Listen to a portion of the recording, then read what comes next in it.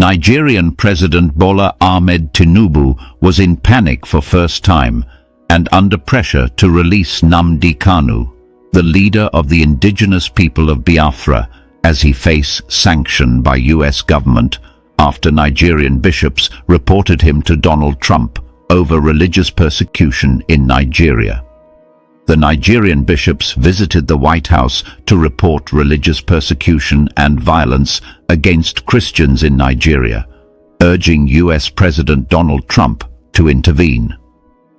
Trump reportedly responded seriously to the allegations and considered potential sanctions against Nigerian leadership over human rights violations.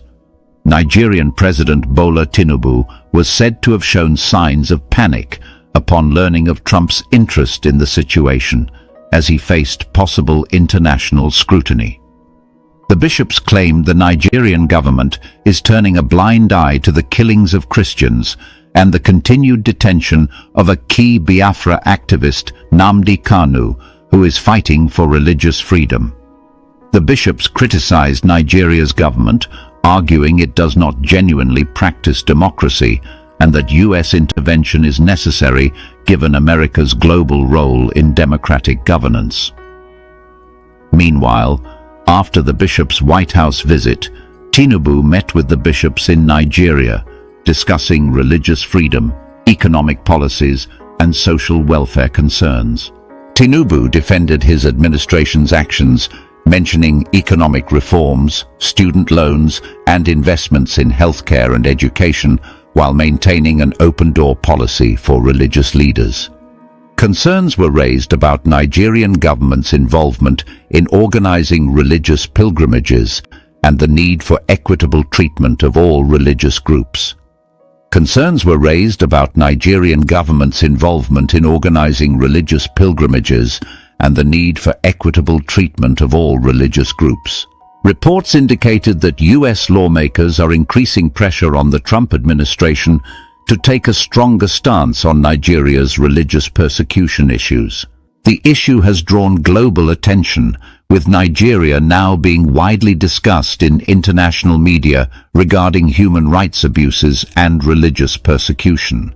In recent events that have captured both national and international attention, Nigerian President Bola Ahmed Tinubu found himself at the center of a political storm after influential Nigerian bishops took their concerns directly to the office of the President of the United States, Donald Trump.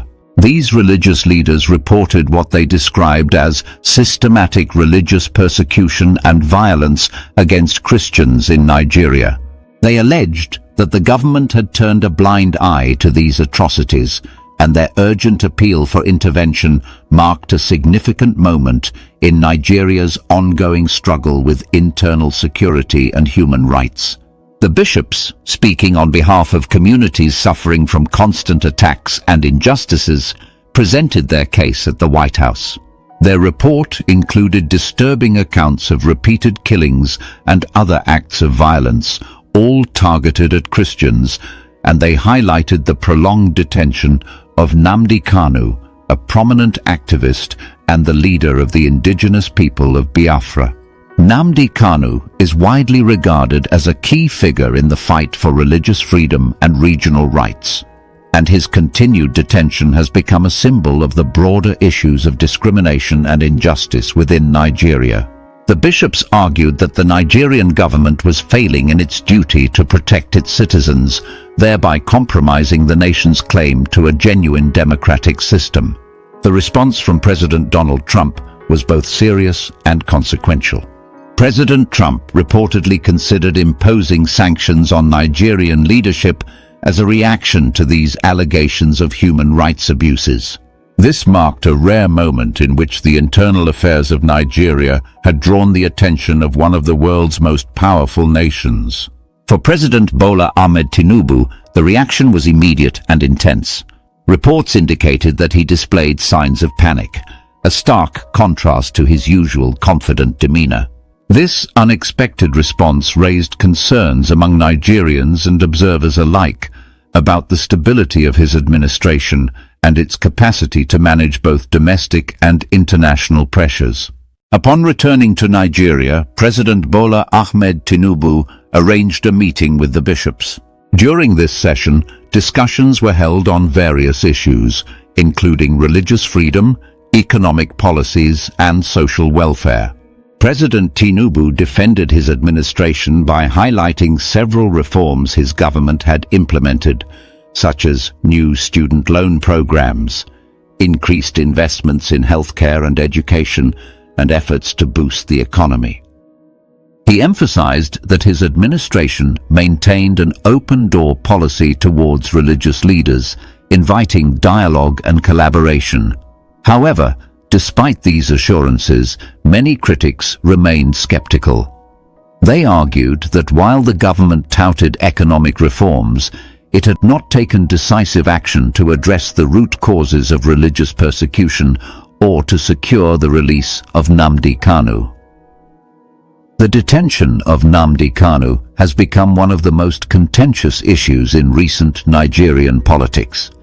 Many view his incarceration as emblematic of a broader pattern of human rights abuses and the government's reluctance to confront systemic discrimination. Nnamdi Kanu, who has long been an advocate for the rights of the indigenous people of Biafra, represents more than just a political figure. He is seen as a symbol of resistance against a system perceived as oppressive. For many Nigerians, his continued detention is a grave injustice that underscores the failure of the government to uphold the principles of freedom and equality. This crisis has not remained confined within Nigeria's borders. Increasingly, United States lawmakers have joined the chorus of critics, urging the Trump administration to take a tougher stance on the issue of religious persecution in Nigeria. These lawmakers argue that when a nation is accused of allowing human rights violations to occur, it is the responsibility of the international community to act decisively. The potential for sanctions and other punitive measures has only intensified the scrutiny on Nigeria's leadership, forcing President Bola Ahmed Tinubu to confront the reality that international opinion is shifting. For many Nigerians, these developments resonate on a deeply personal level. The country has long struggled with internal divisions, and the recent outcry over religious persecution has brought these issues into sharper focus. There is a growing sense of frustration among citizens who feel that the government has repeatedly ignored their pleas for justice and protection. In this context, the actions of the bishops are seen not only as a call for help, but also as an assertion of the people's right to hold their leaders accountable.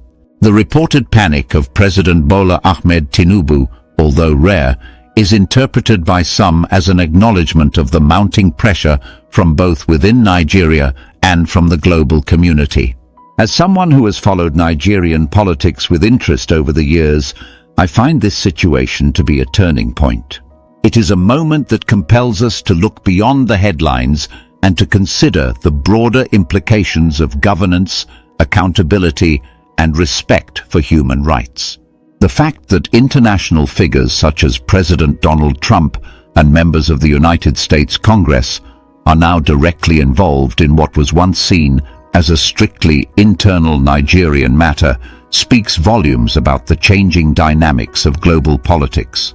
It suggests that in our interconnected world, the actions of one nation can no longer be viewed in isolation from the concerns of others.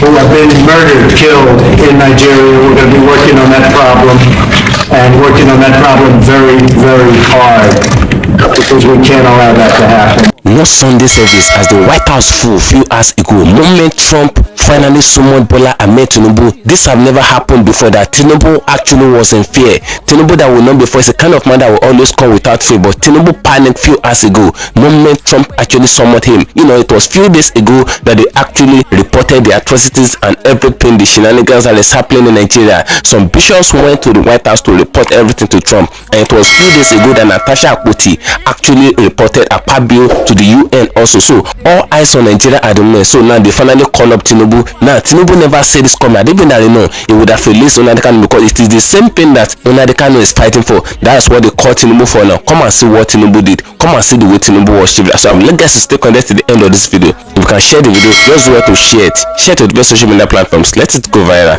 And if you cannot share it, just like it, give it a thumb up so that it will be recommended for us. Just stay connected. I'll come back again. Welcome back to Watch TV. And what about this for it? Just gossip. But if you leave the country from happy, What is happening in the Christian world?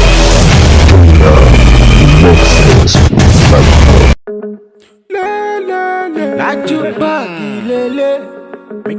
Hello my great and wonderful viewers, welcome you back to Watch TV.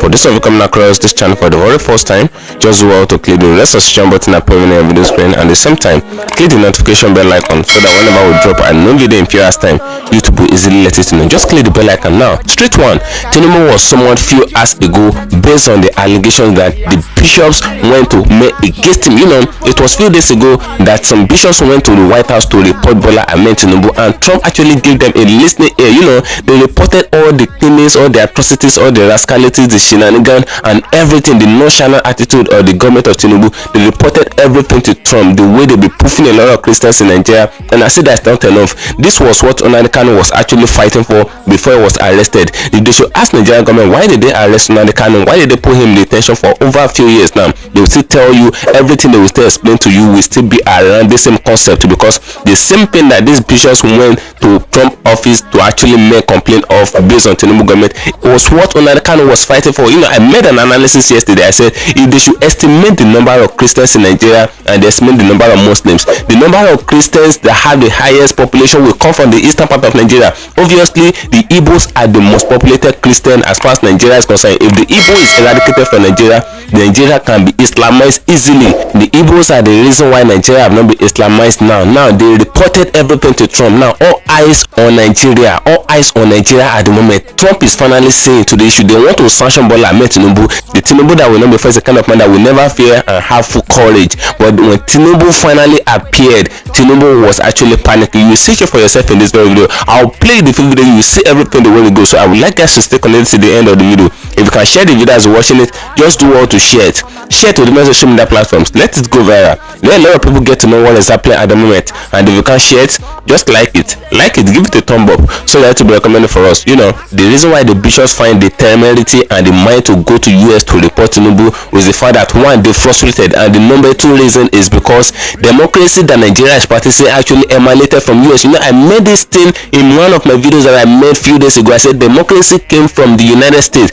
and this democracy in question is the government of the people, by the people, and for the people. And this is the same thing that Nigeria is claiming to practice, even when the Nigerian government is not for the people, it's not by the people, and all of that. But they claim to be practicing democracy officially. So if there's any issue based on democracy, US is the headquarter of all democracy. So that's why they're reporting Tinubu to Trump. You know, when Biden was there, they couldn't report Tinubu to Biden because Tinubu and Biden, they have this cordial relationship. They were very close and they were together. So if you should report Tinubu to Biden, it's just like a waste of time and energy. But Trump did not have that cordial relationship. So they reporting Tinubu now. All eyes on Nigeria. Natasha Akpoti reported Akpabio to the UN. What temerity! You should know that these people already know that Trump that is there is not having a cordial relationship with Tinubu and all of that. But Kasala boss, the moment the bishop actually appeared in the White House to report what Tinubu have been doing and the way they have been turning their blind eye on what is happening to Nigerians, the way Nigerians are actually losing their life, and why they still keep Nnamdi Kanu in detention, even when Nnamdi Kanu actually fight for this same cause,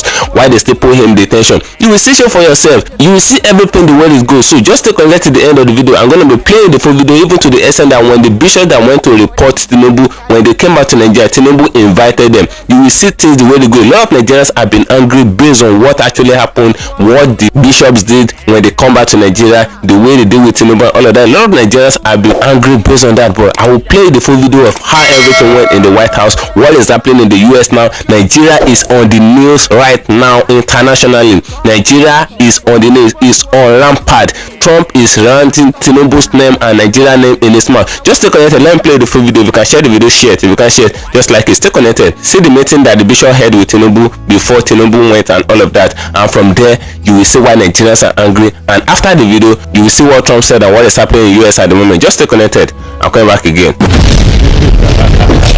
We had previously sought an opportunity to meet with you last year, but for some reason did not receive a formal response from the relevant office.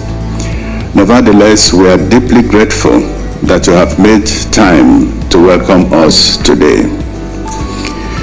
Your Excellency may recall our meeting with you at the Catholic Secretariat of Nigeria ahead of the 2023 elections. That encounter provided an opportunity for us to hear your perspectives and share our vision for our beloved country.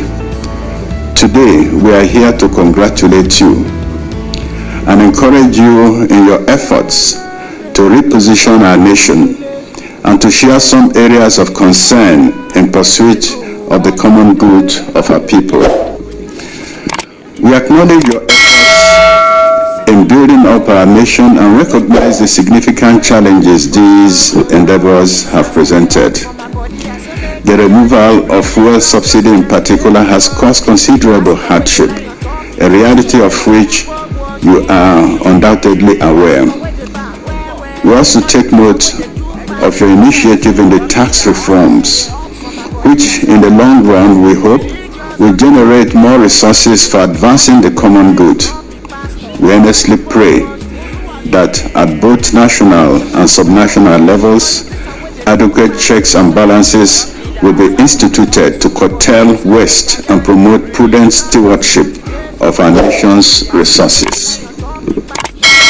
Sir, you are more aware than we are of the grave threat that insecurity poses to our nation. It has regrettably become a persistent scourge in our land.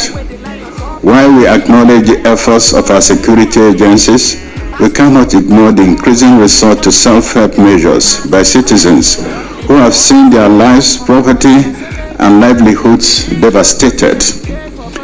Nigerians feel almost entirely helpless as a ragtag army of murderers continues to threaten the very fabric of their existence. We earnestly seek your assurance to rekindle hope and inspire confidence in the hearts of our people. Your government's policy mantra is anchored on the principles of renewed hope. In this regard, we are pleased to inform you that the Holy Father, Pope Francis, has declared this year as the Year of Hope, the Jubilee Year of Hope, a theme we adopted for our conference. We came with the final fruits of our deliberations and we share them with you. Mr. President, during our interaction 2 years ago, we raised serious concerns, one of which is on education, particularly the fate of mission schools taken over by the military. You shared how, as governor of Lagos State, you implemented their return. We urge you to extend this initiative nationwide and establish a committee to enhance collaboration in the education sector, especially at the foundational level. The future of our nation is at risk if education is not entrusted to capable hands. The escalating violence, particularly in northern Nigeria, underscores the devastating impact on millions of out-of-school children. In line with our long-standing commitment to education, Your Excellency, the Catholic Church established Veritas University in Buhari. We are pleased to inform you that the Medical and Dental Council has approved our application for a College of Medicine. True to our tradition, we remain committed to keeping our fees affordable for many families, despite the significant challenges this entails. In the light of this, we humbly appeal to your support, to enable us to contribute meaningfully to the advancement of medical education and healthcare in our nation. Strengthening this sector will not only benefit the church, but also serve the greater good of all Nigerians. There is an urgent need for a clear and balanced approach to the role of religion in our country.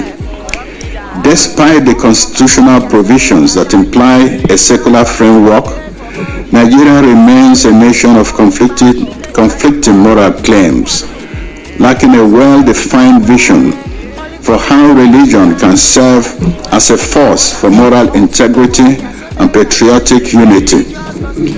In many northern states, the rise of morality enforcement groups, notably the Hisba, has created serious concerns. While the promotion of moral values is essential, these groups have often engaged in acts of harassment and intimidation, particularly targeting innocent Christians and even Muslims who seek to exercise their fundamental freedoms. The enforcement of a strict interpretation of Islamic morality, influenced by the Wahhabi ideology, threatens social harmony and poses a significant challenge to community cohesion. Efforts should be made to ensure that religious practice in Nigeria fosters unity rather than division. Your Excellency, given the limited resources available, we believe that the federal and state government should allow religious groups to take full responsibility for organizing pilgrimages. In their current structure, the national and state pilgrims boards serve neither their adherents nor the broader interest of the nation. You are undoubtedly aware of the instances of corruption that have led to the removal of some board executives. To ensure greater efficiency and accountability, we propose that public funds be redirected towards pressing national needs.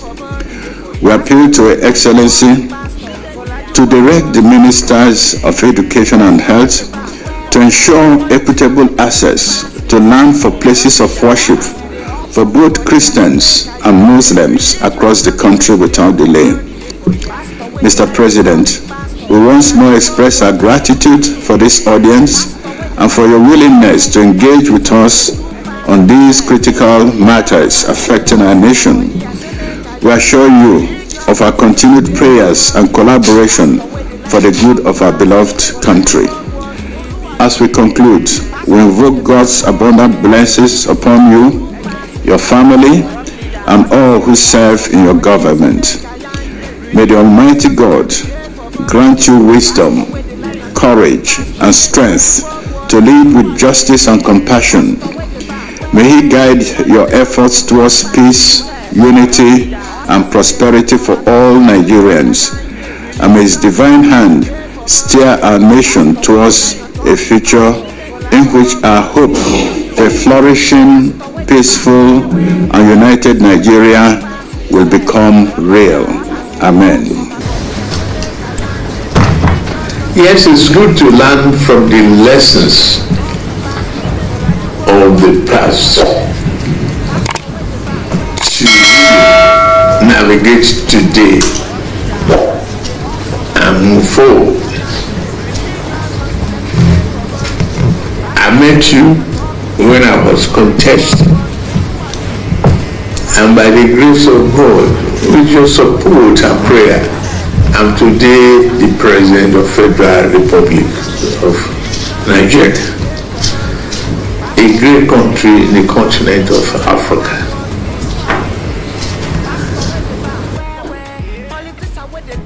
I could see what you were saying, but without us building an investment as citizens and leaders of the society, there's no way we can build a nation.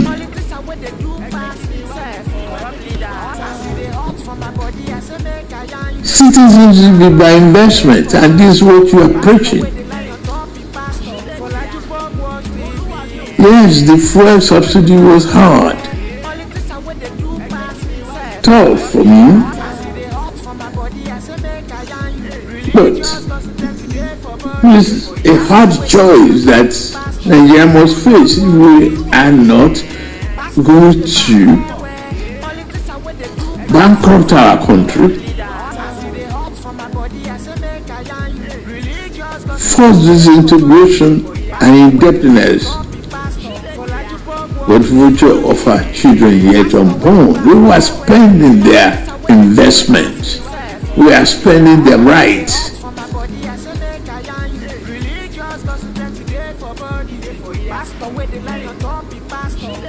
And poverty has no religious basis. There's no religious coloration, no identity. It affects all, and we must fight it together. I've been a good example as a governor of the state. I've returned all the religious mission schools.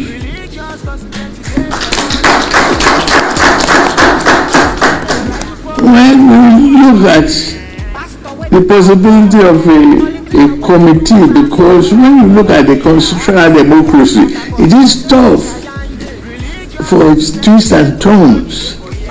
Where are those schools being? No, they are in the hand of the state governments, of nationals. They are not federal institutions. It's just pretentious, caliber designation when you say this is a federal school. It's a Nigerian school.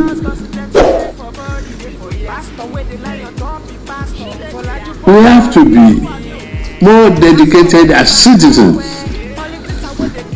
We have to invest in ourselves. I'm glad you mentioned the tax reform. That's part of the investment opportunity. Citizens must be able to build their nation. This insecurity, everyone is affected, Christian, Muslim, alike. And I have no religious behind. I won't be a bigot. My wife is a pastor of a redeemed Christian church. Faith.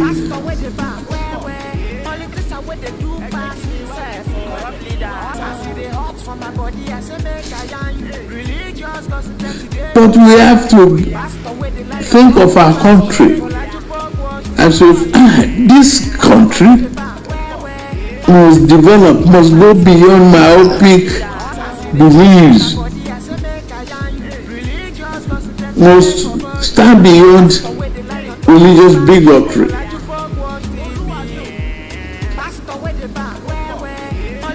And I'm here open to you, ready to listen.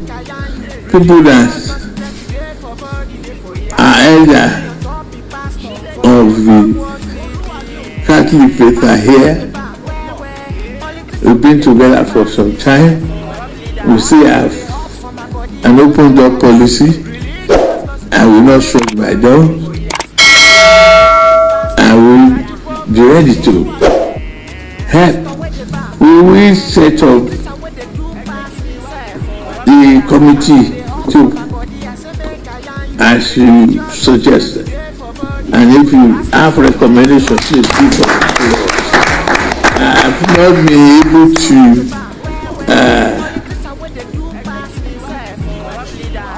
set that up instantly. Now, we've established state loan fund to help the poor and ensure that our children are not left behind because of tuition fee and all of that. Thank you for what the degree of investment in education that you have been Catholic faith has been made in education. And we credit that. And we will find a way, although the student loan is not extended to private institutions, we will find a way to see whichever way you can help your medical school. It's a great commitment to humanity. We need. Healthcare is a necessity, it's a must, it's the right of citizenship, and we must protect our people. On the question of pilgrimage, we take the committee to take a look at that.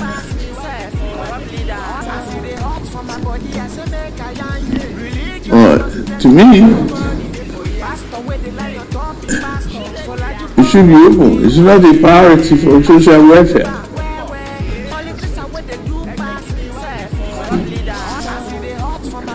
It's voluntary. To me, that's the way I see it. And the management of public fund is uppermost in my mind. Today I can look back with pride of what is happening to Lagos when I was the governor of that state. I'm very proud of what has happened. I want to be able to collaborate, work with you. Look at where we can, uplift people. This is a great country. And we have to invest in the development of this country as citizens.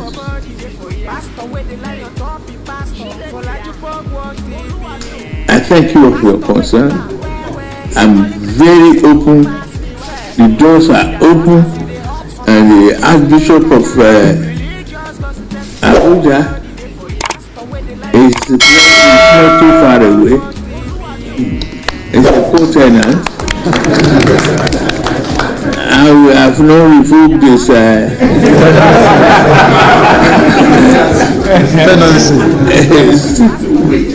title. So you can breathe in and breathe out, anytime,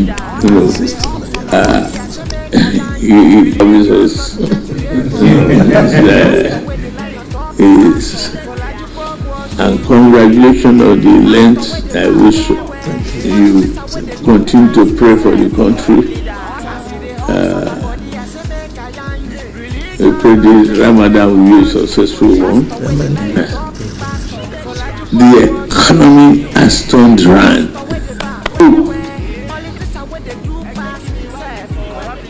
And the certainty of investment is there. People are coming in to invest in Nigeria. I am very proud of that. What seems to be a very difficult beginning is now showing us hope. You see competition among the petroleum sellers, Dangote and others in pricing. If you are seeing the prices of foodstuff going down. So, and you mentioned pilgrimage. Majority of the farmers are paying their ways because they have bounty harvest and they are making economic gains from the harvest. Glory be to God. We think we are not half time yet.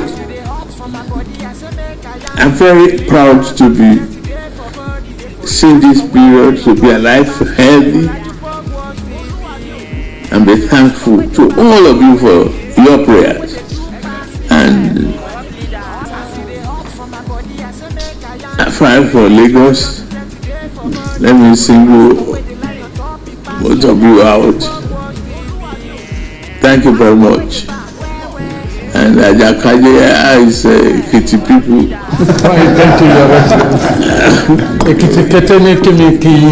Thank you very much. Bishop Kuka.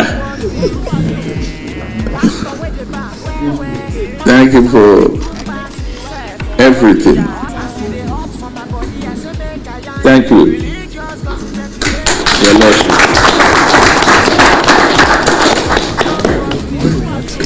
Thank you very much.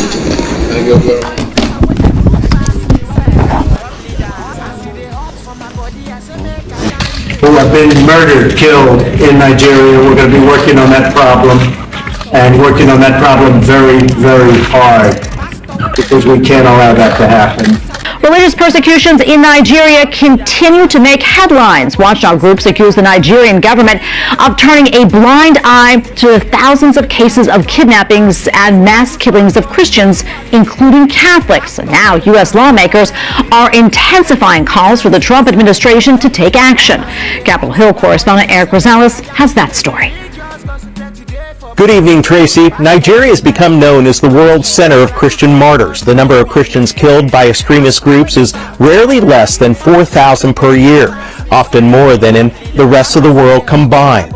Today, a House panel took a closer look at the persecution of Christians in Africa's largest populated country. The government has not protected them, has not sought any justice for those who have been killed and women raped. Abductions are absolutely through the roof.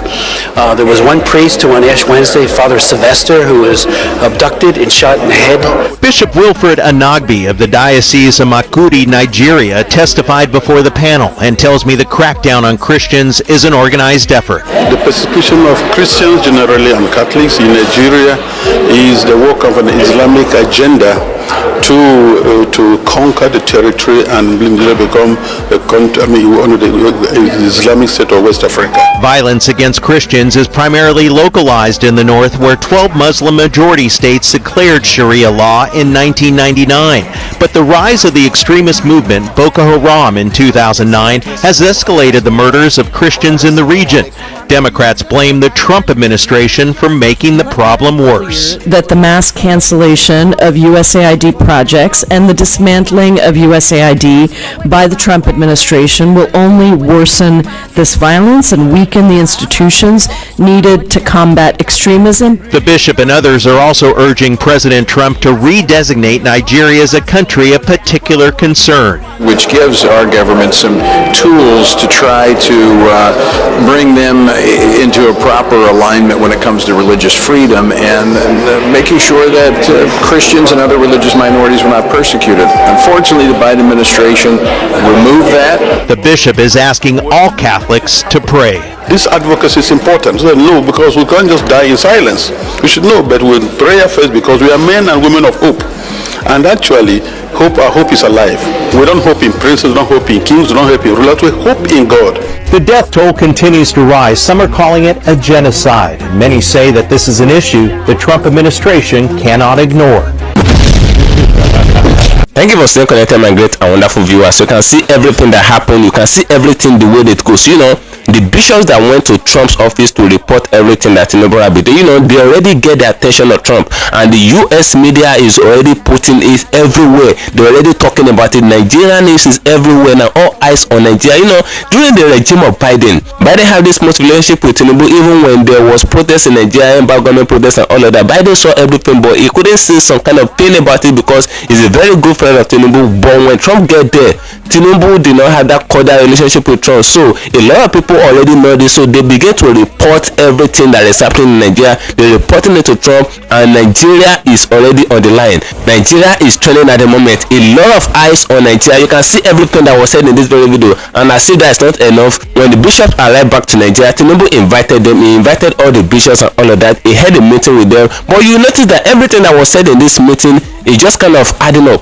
Everything wasn't adding up. Now, Tinubu said it's not a religious bigot and it will never be one. Yes, we understand. He said the wife is a pastor and a redeemer, all of that. That did not stop him from marrying her, all of that, and blah blah blah. Yes, Tinubu said all those things, but does that really stop all the poofing that is happening all around in Nigeria? And the bishops were there shaking hands with Tinubu and doing all manner of things there. Now, a lot of Nigerians are be furious and angry based on the way the bishops all around Nigeria, the way they actually held the meeting with Tinubu, the way they actually said all these things that they actually said in course of the meeting. A lot of Nigerians were happy because a lot of Nigerians expected them to articulate all their feeling, everything that had been happening, the way they render some people homeless, the way they chase some people from their inheritance, the way they chase some people away from their villages, states, and town. They chase a lot of people in the northern part of Nigeria, all of that. The way they heading fasting in Nigeria now, or Ramadan or whatever, I don't know, but the way they doing the fasting and they shut down the schools in the northern part of Nigeria, and the Christian children cannot even go to school just because Muslim or Islamic people are actually fasting and all of that. This have never happened in the country before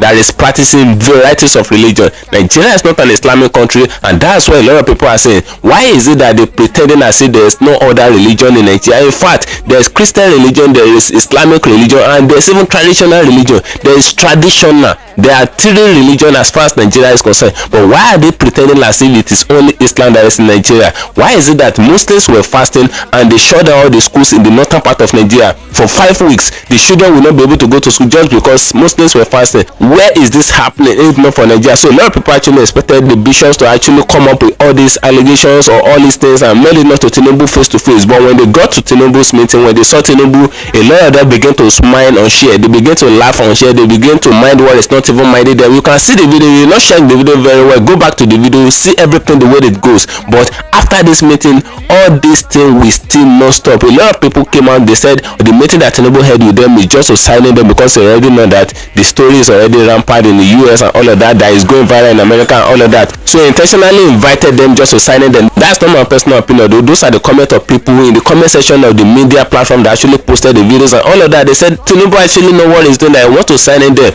But if you should look at Tinubu, the way Tinubu actually invited them, a lot of people really say that Tinubu is already having a good cause with the bishops and all of that. But is it really true? I don't really know. But let's wait and see what is going to happen after that time. Maybe they're still not going to proof some Christians again, or everything will stop. If everything should stop, we give a kudos to Tinubu, we'll clap for Tinubu that there's no more Christian proofing and all of that. But if we should continue, you should know that something is actually wrong. Just drop a opinion in the comment section. This is the end of our news update. Please click the icon on the top right corner of your screen to watch my next video. You will enjoy it. I will see you again in my next update. Enjoy the rest of your day. Goodbye for now.